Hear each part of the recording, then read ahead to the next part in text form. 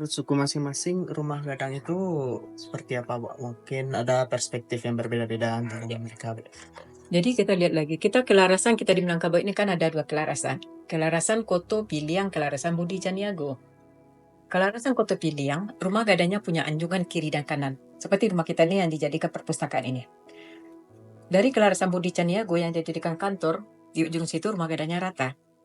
Bedanya Koto Piliang, rumah gadangnya sistem pemerintahan otokrasi.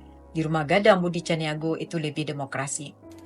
Kalau kita lihat kelarasan itu akan ada 4, Koto, Piliang, Budi, dan Caniago. Kita suku ini banyak. Ada suku Sikumbang, Jambak, atau Pisang. Yang lain itu pecahan dari suku yang besar. Misalnya Sikumbang, Pisang, itu pecahan dari Koto Piliang. Tapi dari suku Guci, Panyalai, itu pecahan dari suku Budi dan Caniago.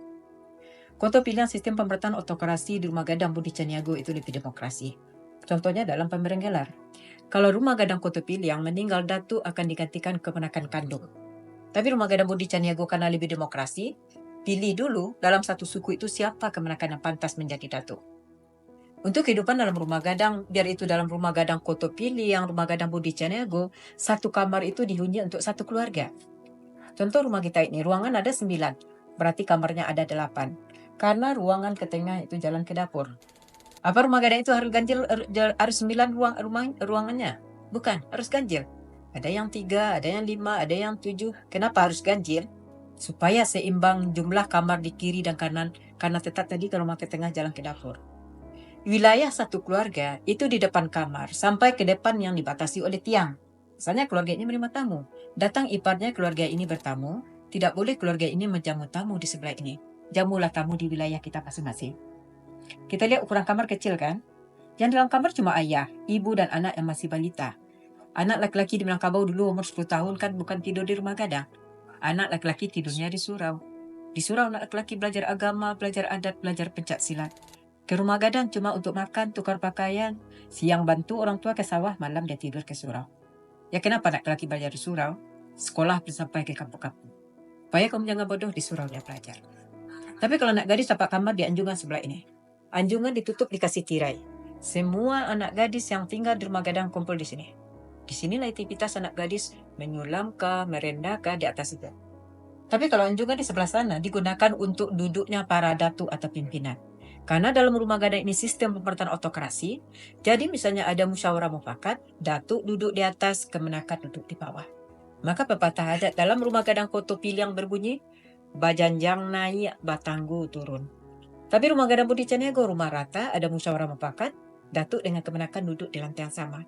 Dengan pepatah adatnya berbunyi, duduk sama rendah, tagak sama tinggi.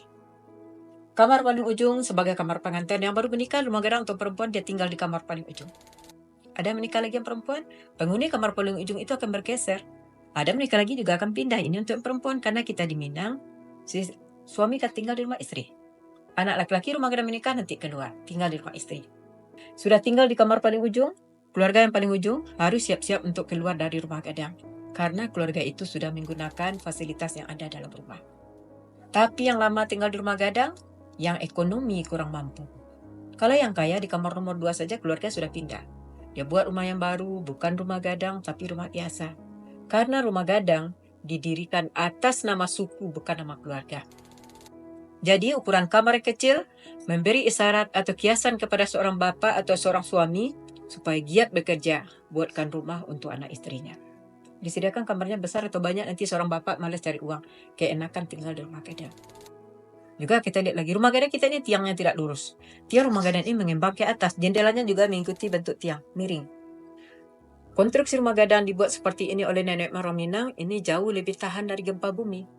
Karena di daerah kita banyak gunung Merapi, daerah kita rawan dengan gempa. Bagaimana rumah lebih tahan dari gempa? Dibuat rumah gadang tidak dipaku dari sistem pasak.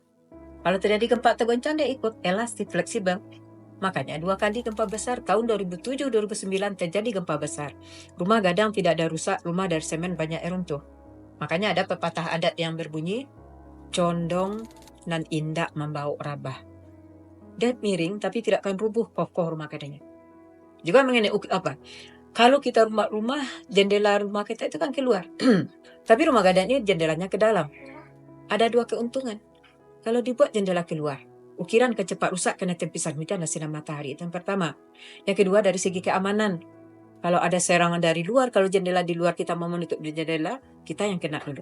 Tapi kalau jendela seperti ini didorong saja dari dalam, jendela itu akan tutup.